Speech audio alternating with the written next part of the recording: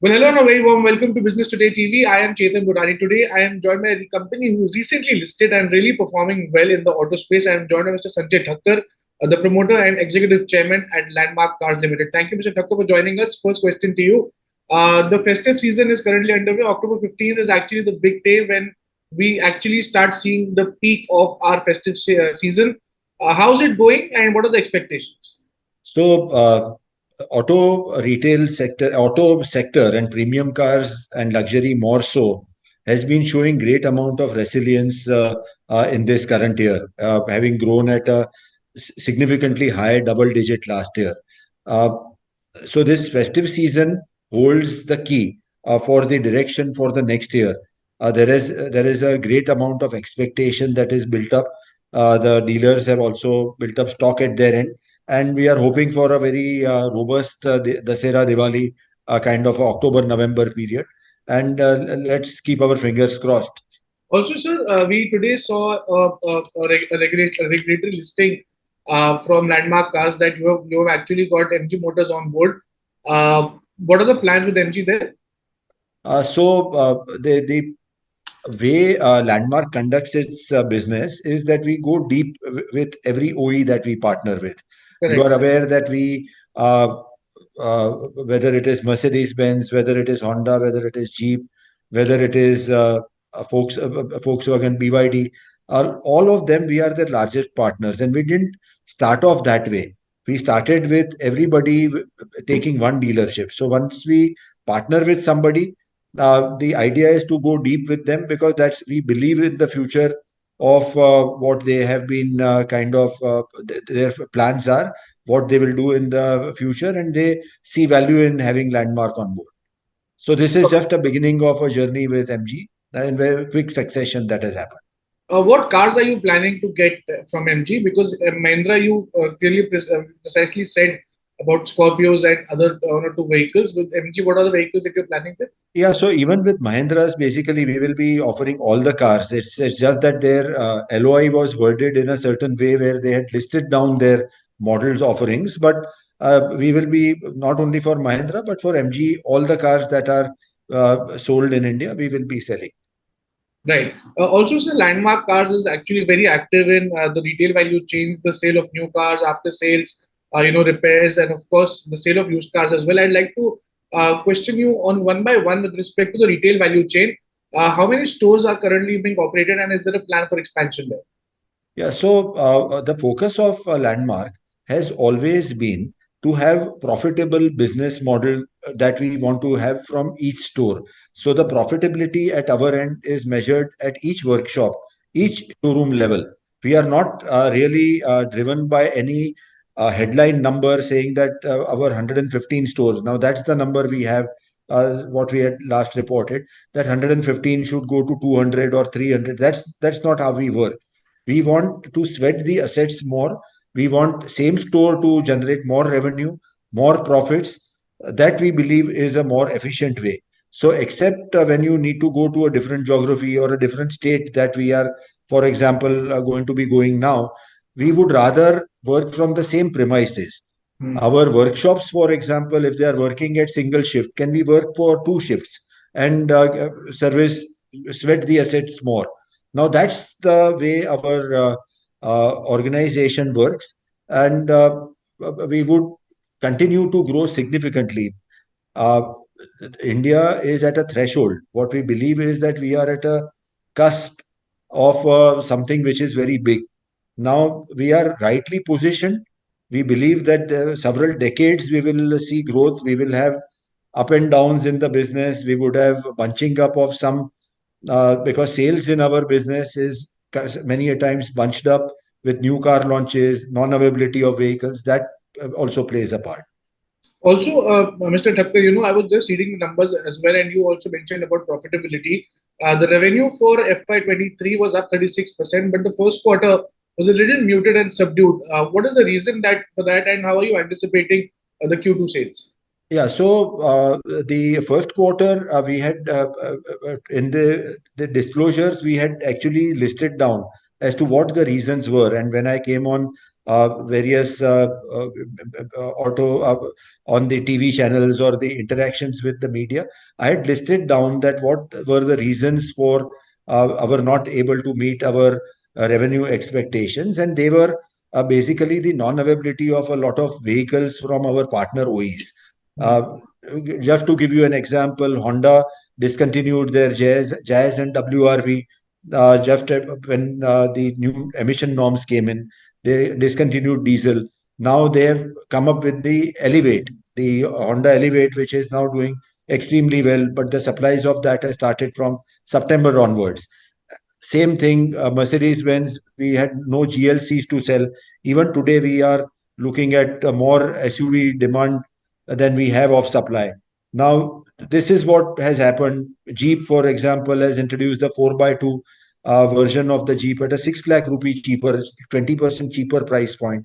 That will start kicking in. So this is something, this is what I said, that in our business, it's difficult to predict quarter on quarter. You need to look at a slightly longer runway to see, or you'll see the growth coming in. I know it must be a silent period because the Q2 numbers must be coming out very soon, but still some anticipation or some rough No, let idea. let let let this happen. We will be publishing our top line numbers in the next 2 3 days. Okay. So let's Sure. wait and see. Sure, sure. Also, sir, when it comes to the demand side for vehicles, sir, in the past 1 or 2 years, we have seen a huge shift towards luxury vehicles and SUVs in India.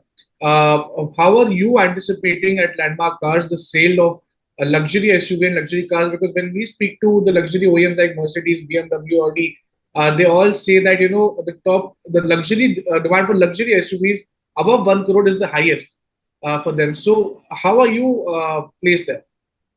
So we are rightly placed. We are the largest partners for Mercedes-Benz.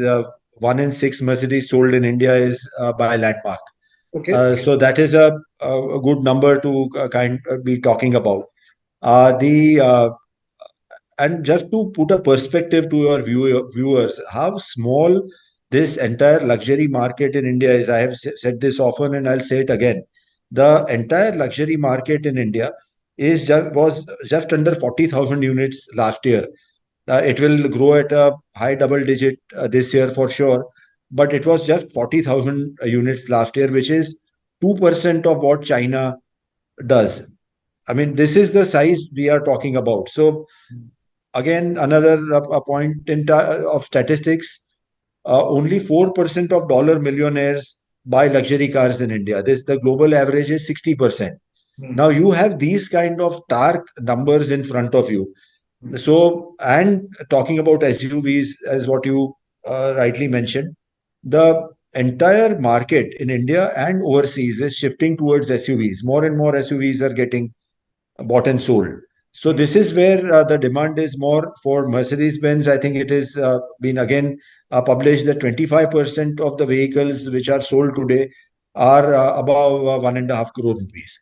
So this is where the growth is. The number of millionaires, billionaires that we really have in India, it's growing exponentially. People are also willing to spend money, which was the constraining factor, is if you asked me earlier. Now that has gone away. Right. Also, there have been reports that by 2027, India's luxury car market is poised to cross $1.5 billion mark. So clearly, there's a huge scope, as you mentioned. Also, what is the scope of the entry level cars? Maruti clearly is not seeing any demand for the Alto Espressos and the compact and the hatchback segments to say. So, do you think such vehicles have a little future or no future in the times to come? Or the volumes will remain stable? And will you be looking to have such vehicles on board? So one should actually go a little deep into finding out why these vehicles, the smaller, the sub 4 meter vehicles, were sold in the first place. The reason, as I see it, was mainly because of the duty concessions in GST and earlier in the excise regime that the government had. There was a kind of a cheaper duty structure for them, Hmm. those cars. Now, those cars have neither been safe, neither are they convenient, neither are do they have a market overseas which global OEs can actually make it in India and sell it elsewhere. So I think the time has come where we do away with this duty structure. The Indian consumers have spoken. They really, even after the lower duty, they don't care for these products because it doesn't serve the purpose. So if government were to make a GST which is common across all kind of types of vehicles, then it is something you will see a much higher penetration of premium luxuries, SUVs, more convenient, safer cars in India. So you mean to say that the sales of compact cars are not because of Indians wanting to shift towards the SUVs, but because of an informal GST structure? No, no. In fact, the higher sales earlier was happening because of the GST structure. I don't think people would have even earlier bought those cars if they had a choice. Hmm. Now that the income levels are increasing, people are speaking that they can afford and they really don't want these smaller cars. So I think we have clearly moved away from this kind of a segment. Any OE which makes, they are all realizing that this sub 4 meter segment is not something which is likely to kind of ever grow from where it is. It can only go down. So India has moved away from the subcompact segment, you mean to say? Wow. I am saying that actually, yes. Great. Okay. Also, sir, when it comes to the used car space, how's the demand been? Because yes, a lot of people would want to have aspirations for buying new SUV, new luxury cars, but many of them actually, due to budget constraints or whatever, look forward for a used car segment. So, how are you playing in this? So we have a very unique business model, and I'm really very bullish on the business model that we have thought about. Because what has happened, Chetan, is that everybody and whoever, whether it is auto dealerships or whether there are aggregators and there are well-funded startups and all those companies, they've all been in this space because this space, on face of it, looks very exciting. And the reason is that it is, in number terms, it is maybe 30-40% more than the new car sales. So this number looks very attractive, and nobody, no organized player has been able to crack it. But so don't And you face difficulties in competition because OEMs themselves actually have their own, used car segment that they're catering to because there are a lot of startups as well.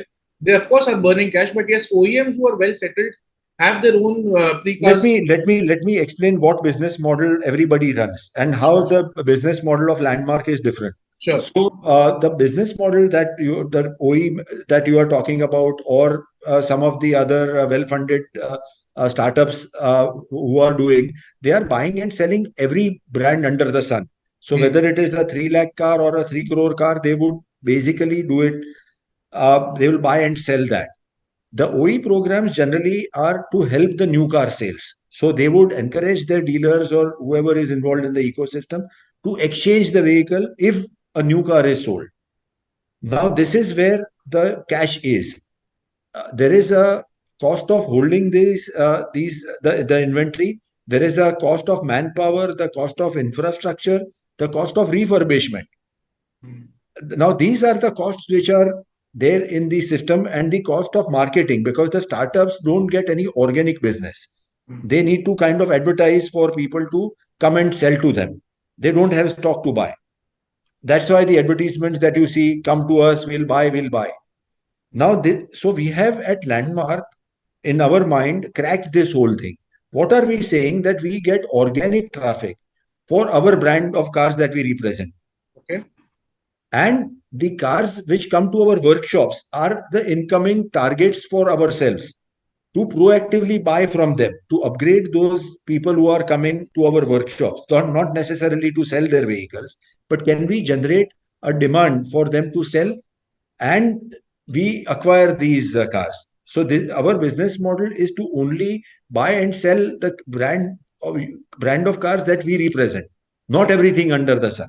The reason being that our infrastructure, my manpower is trained for those products. My people are trained to repair those cars. I have the service history. We have people who want to buy those brand of cars from us. So this is a very unique business model. And we have earlier said that we will like to do around 100 crores of business in this first year of only our branded cars. I Hmm. can show higher turnover with whatever, but it won't make money. We are for a long term sustainable a business model that we want to do, and we are well on our path for that. Sure. Also, sir, what are the expansion plans? You mentioned about 115 odd stores. You were also very confident of not expanding too aggressively and focusing on the brands that we have and churn out more and more revenue from the current stores. But is there any inorganic expansion plans?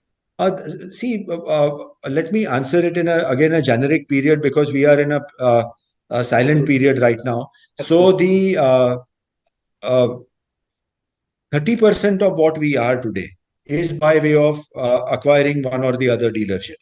So Correct. I don't think this is likely to change anytime soon. The recent addition that we did of MG Motors, not what we did it in Madhya Pradesh, was also acquiring of the existing dealers' facilities. So this is what we do for a living. This is something which will gather hopefully more momentum in the times to come, and we have a long runway ahead of us. Sure. And also towards electric vehicles, sir, any plans for getting EVs on board from any of the OEMs or We getting the are OEMs to we, start we on? are we are the largest partners for BYD Right, currently, which is an all electric company. right, right, right. And I mean, we know about the size and clout of BYD globally.